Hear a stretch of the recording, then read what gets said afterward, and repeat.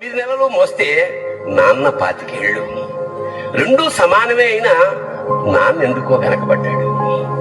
ఇంట్లో జీతం తీసుకోకుండా అమ్మ, తన జీతం అంతా ఇంటికే ఖర్చు పెడుతూ నాన్న, ఇద్దరి శ్రమ సమానమే అయినా అమ్మ కంటే నాన్న ఎందుకో వెనకబడ్డాడు. ఏది కావాలి అంటే అది వడ్డీ పెడుతూ అమ్మ, ఏది కావాలంటే అది కొని పెడుతూ నాన్న. ఇద్దరి ప్రేమ సమానమే అయినా అమ్మకొచ్చిన పేరు ముందు నాన్నెందుకో బాగా వెనకబడ్డాడు. ఫోన్లోనూ అమ్మ పేరే, దెబ్బ తగిలినప్పుడు అమ్మా అని పిలవడే, అవసరం వచ్చినప్పుడు తప్ప మిగతా అప్పుడు గుర్తురానందుకు నాన్న ఎప్పుడైనా బాధపడ్డా ఏమో. ఇద్దరూ సమానమే అయినా పిల్లల ప్రేమను పొందడంలో తరతరాలుగా నాన్నెందుకో వెనకబడ్డాడు. అమ్మకి మాకు బీరువా నిండా రంగురంగుల చీరలు బట్టలు, నాన్న బట్టలకు దండెం కూడా నిండదు. తనని తాను పట్టించుకోవడం రాని నాన్న మాకు కూడా పట్టనంత వెనకపడ్డాడు.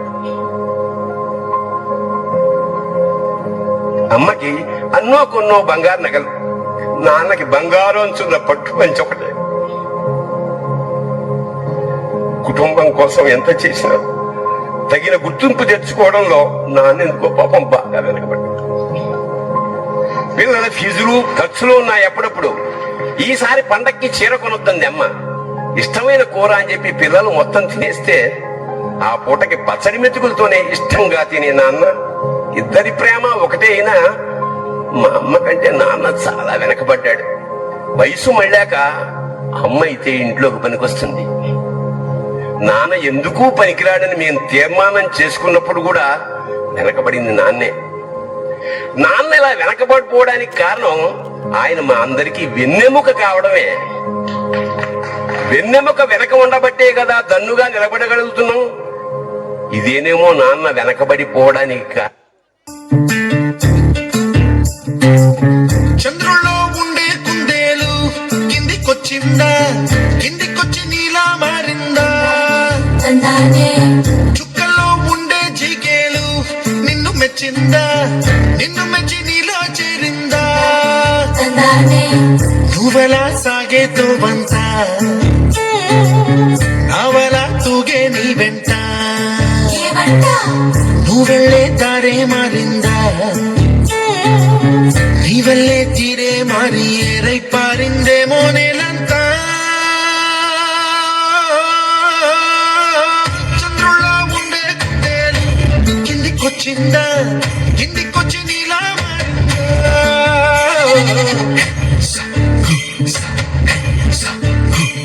2 సార్లు హార్ట్ స్ట్రోక్ వచ్చింది. ఇంకోసారి వచ్చిందంటే బ్రతకడం కష్టం. నీకు చాలా సార్లు చెప్పాను నువ్వెక్కువ పని చేయకుండా రెస్ట్ తీసుకో అని. కానీ నువ్వు కూతురు ఆనందం అని చెప్పి నీ ఆరోగ్యం పాడు చేసుకుంటున్నావు. ఇలా అయితే బ్రతకడం కష్టం అయ్యా. నా కూతురి ఆనందం కంటే నాకేది ముఖ్యం కాదు. తనని ఆనందంగా ఉంచడంలోనే నేను ఆనందంగా ఉంటాను. నాన్న త్వరగా రా నాన్న, నాకు బాగా ఆకలిస్తుంది. తొందరగా ఇంటికి వెళ్ళిపోదాం. మరేం పర్లేదు డాక్టర్, నేను చూసుకుంటాను. నాన్న నాకు బాగా ఆకలిసినప్పుడు ఆ ఆకలి తెలియకుండా ఒక పాట పాడతారు కదా, పాడండి నాన్న.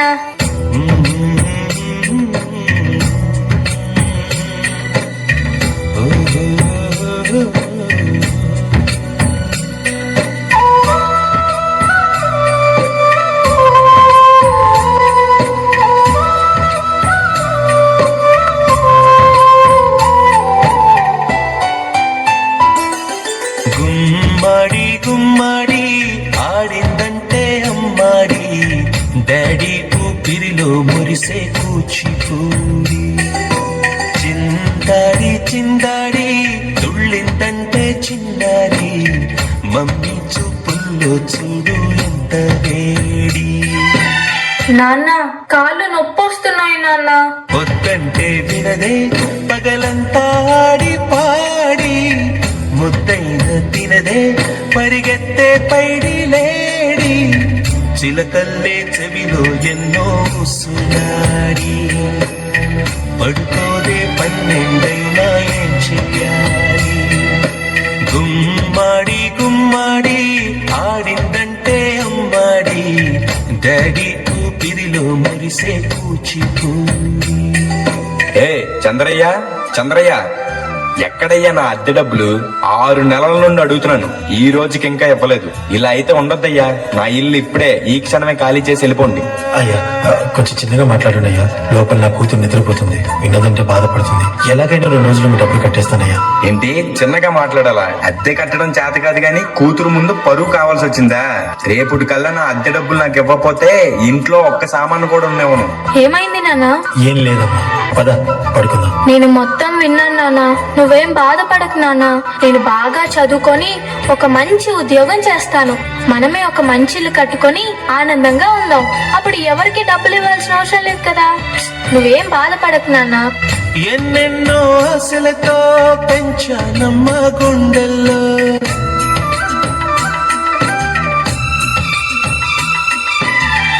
ఎన్నెన్నో ఆశలతో పెంచానమ్మ గుండెల్లో, నువ్వే నా కలలన్నీ పెంచలే నీ కన్నుల్లో.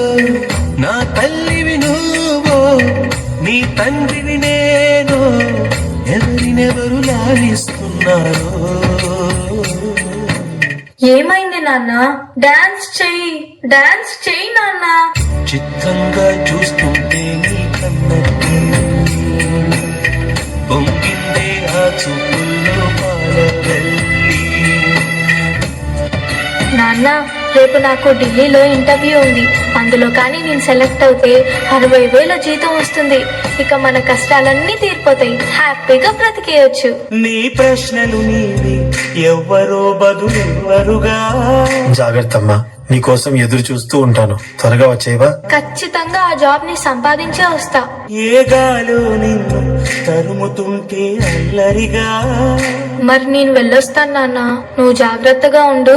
ఆగాలో లేదు తెలియదంటే చెల్లదుగా.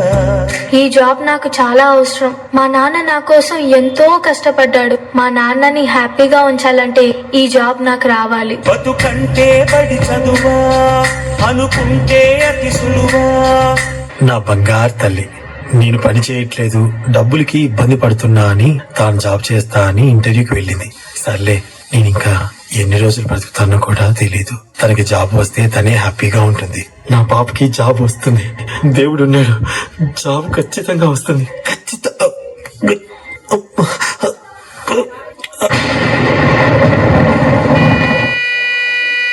పొరపడినా పడినా జాలి పడదే కాలం మనలాగా. You are selected. నీకు ఈ జాబ్ వచ్చింది. Thank you so much sir. నాకు జాబ్ వచ్చిందని తెలిస్తే మా నాన్న చాలా హ్యాపీగా ఫీల్ అవుతారు. ఇప్పుడే ఈ విషయం మా నాన్నకు చెప్పాలి.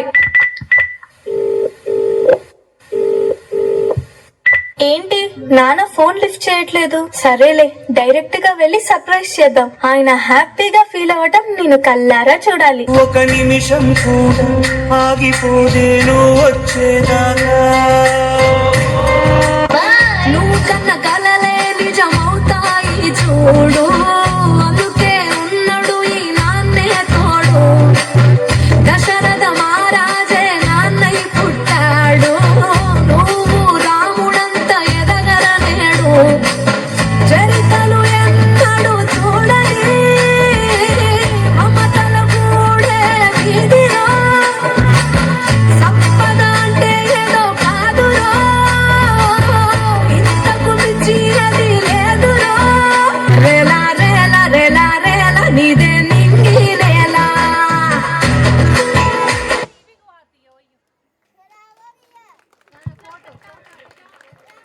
A truly touching performance that beautifully explains the bond between father and daughter. Excellent work by the performers. Thank you everyone. Prize.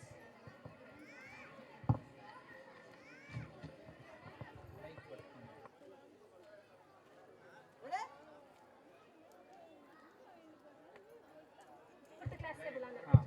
Ramakrishna, Rohit sir,